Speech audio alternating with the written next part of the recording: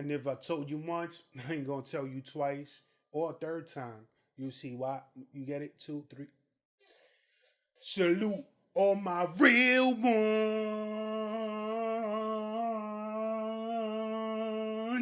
Yeah, look, bro, we got that one time Michael Jordan watched his kids get torched, exterminated, getting slayed, getting punished by a future NBA player. I haven't seen this video, so I actually want to see. Wait, they didn't play against KD, did they? I mean, he's in the thing. I haven't. So whatever. Before we get into that like button, subscribe button, notification bell, press those. Let's go. It's always been interesting for me to go back and look at the high school rankings of some of the best NBA Kyrie. players today. ESPN's high school ranking archive goes all the way back to 2007, which just happens to be a stacked class of elite hoopers. Chandler Parsons was ranked 44th in the country. DeAndre Jordan was 25th. Some beardless kid named James Harden was 21st in the country. Blake Griffin was 18th. Derrick Rose was the 5th best recruit in the country, and O.J. Mayo was the 3rd best recruit in that class. But ranked higher than all of those players was a shooting guard out of Indiana. A 6'5", 5-star recruit with a silky smooth jumper, ranked 2nd in the country by the name of Eric Gordon. Since 2007, Eric was drafted to the NBA, dropped 41 points on KD and the Thunder as a rookie, earned an NBA 6-Man of the Year award, won an NBA 3-point contest. Now, Eric Gordon began buckets though, man. Like, I just know that he suffered a lot of injuries that have like ruined his career and all that. Yeah, Eric Gordon is definitely a tough player. Those rankings is crazy. Like OJ Mayo was ahead of Blake. That's a wild class right there. And has quietly been one of the most consistent players in his 13 NBA seasons. Wait, did he just glitch in the Matrix? Point contest. He just glitched in the Matrix. Been one of the most consistent players in his 13 NBA seasons. In the NBA, Eric isn't great, but he's definitely not bad. Yeah, he's a good player. Yeah. But in high school, Eric Gordon was untouchable. Mr. Basketball of Indiana, first team All-American, and as a senior had multiple 50-point games and averaged 30 points per game on 46% shooting from 3. In fact, Eric was so good that he was given the nickname Air Gordon, resembling Michael Jordan with his freakish athletic. Nah, you can't do that though, bro. Because I remember when we was in school, if you was like trash, we used to call you Air Gordon or Air Borden. So calling them Air Gordon to me is slander.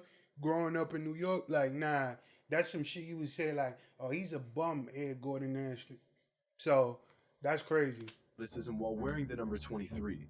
Of course, this nickname caused quite the spectacle when Eric Gordon faced off against Michael Jordan's kids on national television, in front of Michael Jordan himself. Michael's 2 sons, Jeffrey Jordan, a senior at the time, and Marcus Jordan, a sophomore, had to face off in a packed gym against the kid who was drawing comparisons to their father. Now, Jeff and Marcus Jordan were actually a good high school duo. Jeff was a top 30 player in the state, and Marcus was ranked top 50 in his class in the entire country. The school they played for, Loyola Academy, was no slouch either. At the time, Loyola was ranked as the #1 team in Illinois and ranked 22nd in the country. In fact, going into this game against Eric Gordon and North Central, Loyola Academy was absolutely walking every team they played. Held their first matchup of the season to just... Hold on. Prairie Dogs, Round Lake, Barrington, Mundelein, Carmel, St. Louis. I never heard of these teams. So what are you talking about, fam? What are you talking about? Walking people down. Who are these people? Who are they? Hales Franciscan. Non-conf... Bums! Just Sorry. 33 points. I apologize. Blowout. This Garbage. Never heard of them. Garbage, trash, dumpster sauce, sorry. team got within 8 points of beating them, and then back to more blowouts. Seton Academy, not Seton Hall. Not practice. Seton Academy, new trier. I never heard of none of these teams. So, of course, they dominated a bunch of third world fucking unemployment line, pink slip motherfuckers from the DMV. Like, I'm not talking about DMV like Delaware, Maryland, and Virginia. I'm talking about DMV like you get your license, like like there's security guards standing in front of the line telling you take this MV82 form and go that way. I'm saying take this R22 ticket. Like, who are these people? I ain't never heard of 20 them. wins, Streamwood. 0 losses. The best team in the state of Illinois, and a 20-game winning streak to show for it. Their next opponent, North Central and their superstar, Eric Gordon. The Jordan boys and their squad were actually the favorites in this matchup, but going up against Eric Gordon, this game was set to be one of the premier games of the entire season, which is why it landed a spot on ESPN, in front of hundreds of thousands of people. Loyola Academy gets out to a hot start, sparked by an alley-oop from Marcus to Jeffrey. Loyola Academy up 15-7 in just 5 minutes. The game was living up to the hype, and Jordan was loving it. And then Eric Gordon showed up. Live by MJ, Loyola in its first nationally televised game this season. Air Jordan to Eric Gordon, perhaps? Gordon wears number 23, and he knows how to ball. Ranked second in the ESPN.com class of 2007. North Central outscored Loyola 25-5 in the second quarter. Here in the third quarter, Gordon, 39 points through 3, and in the fourth quarter, it's showtime. Kelvin Sampson giddy about the 6'4" senior guard going to Indiana as Gordon scores 43.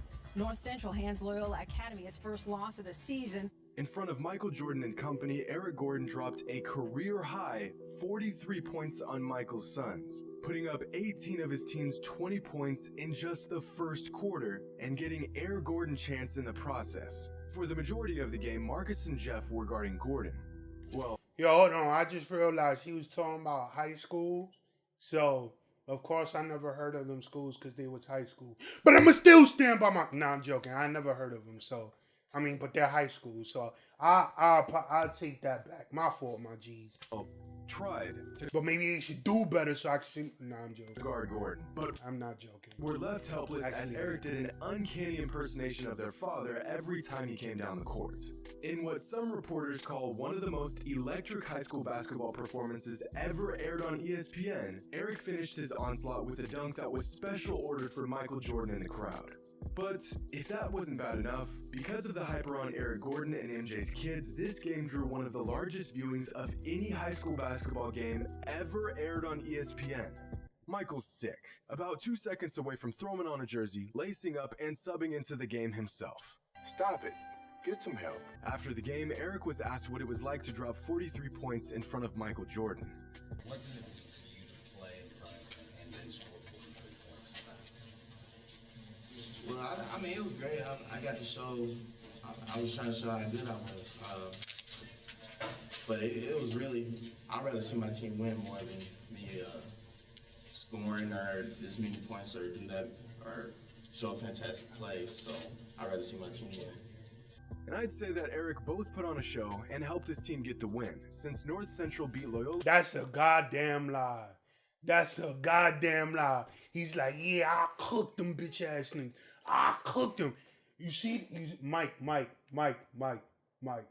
see, your boys, I just retired them in front of you. I retired them in front of you, dog. And what's up? You get the smoke too, Mike. He's lying. He didn't care about his team. He wanted to get buckets on them, styling on them. Loyola Academy. That's how I do it. By 41 points. Eric Gordon nearly outscored the entire Loyola roster by himself. In fact, in the 14 seasons since this game, Loyola Academy has lost 138 games. And of those 138 losses, there has been a handful of blowouts. They've lost some games by 20 plus points, and they've lost a few games by 25 points or more. But not one loss in 14 seasons comes even close to the beatdown North Central gave them. Keep in mind, this was their best team in that 14-year stretch. And I mean, but if you look at that chart, the way that chart is going, it looks like their losses, especially from like 2009 to like 2012, they just kept getting worse and worse. Actually, like the way, aside from that second one, their loss is like the chart, the way it's moving is upwards. So it's like the team's getting worse. You know what I'm saying? Gordon Is Eric Gordon the downfall of Loyola? this to them.